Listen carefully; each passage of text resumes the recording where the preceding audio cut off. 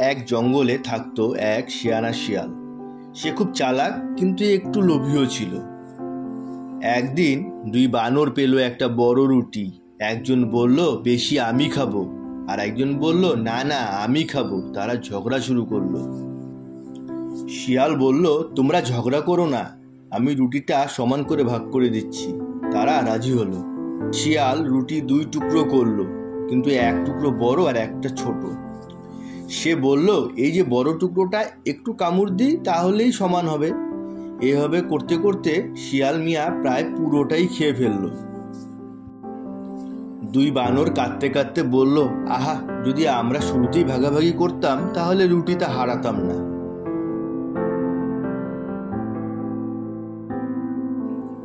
এরপর থেকে তারা ঝগড়া করে না, সবাই মিলে খায়, মিলে খুশি থাকে। তারা শিখে গেল ভাগাভাগি করলে সবাই খুশি থাকে।